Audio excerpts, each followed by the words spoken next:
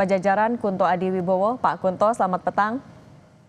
Selamat sore, Cindy. Apa kabar? Baik, Alhamdulillah. Pak Kunto, PDIP kan memang udah berkali-kali bilang akan jadi mitra pemerintah, mendukung pemerintah. Tapi dengan adanya dalam tanda kutip kado amnesti untuk Sekjen, diikuti dengan foto kebersamaan Ketua Umum PDIP dan pimpinan Gerindra, ini membuka dukungannya bakal dari dalam kabinet nggak? Kalau menurut saya sih mungkin belum sejauh itu ya, bahwa memang Pak Hasto diberikan amnesti oleh pemerintahannya Pak Prabowo dan itu kan tidak eksklusif ke Pak Hasto ya, ada 1.100 sekian narapidana lain atau terdakwa lain yang juga diberikan amnesti. Nah, saya nggak tahu Pak Hasto itu masuk yang ke kategori mana karena kalau di situ ada kasus politik, tampaknya enggak. Pak Hasto dakwaannya kan bukan karena politik kan gitu. Nah ini yang kemudian harus saya juga butuh klarifikasi lebih lanjut nih dari pemerintah. Sebenarnya Pak Hasto karena apa? Karena kan ininya terlalu lebar ya Mbak ya, bahwa untuk persaudaraan bangsa, menjalin kerukunan dan segala macam. Dan secara abstraksi itu memang bagus, tapi secara politik kan kita nggak tahu nih arahnya kemana. Yang kedua, kedatangan Pak Dasko dan Pak Mensesnek Prasetyo Hadi itu semalam, kalau nggak salah ya, ke Bali gitu kan untuk bertemu Bu Mega dan Mbak Puan, itu bisa jadi mengindikasikan mereka memberikan kabar baik itu ke Megawati dan Puan, bahwa ini loh pemerintah sudah memberikan amnesti ke Pak Hasto. Tapi tentu saja ini kan belum direspon apapun oleh PDIP, belum ada pernyataan terima kasih, belum ada pernyataan apa gitu kan, yang menurut saya PDIP pun masih menimbang-nimbang keuntungan dan mungkin kerugian politiknya ketika Pak Hasto kemudian dibebaskan melalui amnesti ini, karena ya bagaimanapun vonisnya tetap bersalah kan gitu. Nah ini yang kemudian bisa jadi semacam kartu yang disimpan oleh pemerintahan Prabowo nantinya dengan PDIP. Yang ketiga menurut saya kita harus ingat bahwa ada relasi segitiga antara Pak Prabowo, PDI Perjuangan dan Jokowi kan gitu.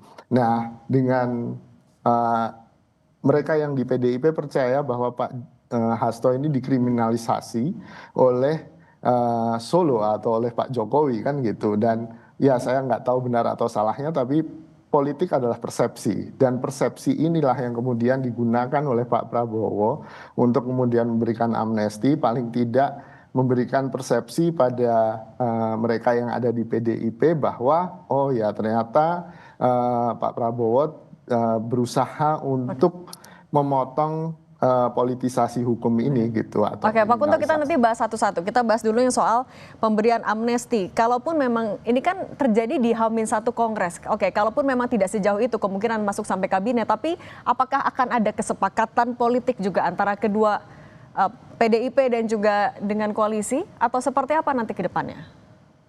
Ya, kalau menurut saya kesepakatan pasti sudah ada kan, dan selama ini kan Bu Mega, Puan itu lebih pro dengan Pak Prabowo. Itu bisa terlihat dengan ketika putusan MK kemarin soal yang Mahkamah Agung soal sekarang pilihan di pusat dan di daerah, itu kan juga kelihatan bahwa PDIP juga satu barisan dengan pendapatnya Gerindra dan tentu saja koalisinya Pak Prabowo. Nah, di situ bisa kelihatan bahwa enggak kok PDIP tampaknya tidak berperan sebagai oposisi yang sangat antagonis dalam pemerintahan Pak Prabowo ini. Dan kalau ini akan mengunci deal-deal lainnya atau akan mengunci kerjasama-kerjasama lainnya, saya pikir ya sangat mungkin. Tapi apakah masuk ke kabinet? Menurut saya masih terlalu jauh spekulasi ke sana sih Mbak. Gitu. Pak Kunto, artinya bisa dibaca kemungkinan PDIP akan tetap bersikap di luar pemerintahan tapi memberikan masukan kritis itu akan semakin melunak? Iya, pasti akan melunak kan gitu. Karena kan satu tadi masalah hutang budi kan. Jadi Pak Prabowo kemarin melalui Pak Dasko mungkin memberikan semacam nih sudah diberikan budi baik nih dengan membebaskan Pak Hasto. Dan budi baik ini kan tentu mereka saling mengenal secara personal ya. Bu Mega tentu nggak mau hutang budi, Mbak Puan juga nggak mau hutang budi, makanya akan segera dibayar lunas nih budi-budi baik dari pemerintahan Pak Prabowo gitu kan. Tapi dalam bentuk apa tentu saja kita nggak tahu. Apakah ini terkait dengan apa? Mungkin undang-undang tertentu ke depan atau kebijakan pemerintahan lainnya ke depan gitu. Oke, yang tadi yang kedua yang juga sempat disinggung sama Pak Kunto. Kemudian bagaimana hubungan antara Pak Prabowo dengan Pak Jokowi dengan pemberian amnesti ini? Sejauh mana ini akan mempengaruhi kedekatan antara keduanya, Pak Kunto? Ya, ini kan segitiga politik ini kan menarik kan Mbak, di Indonesia. Dinamikanya kan tidak ada satu yang menjadi sangat dominan. Tapi yang menarik dengan kejadian terakhir ini kelihatan bahwa Pak Prabowo lah yang memegang tempo dan memegang ritme dinamika antara ketiga titik politik ini gitu kan.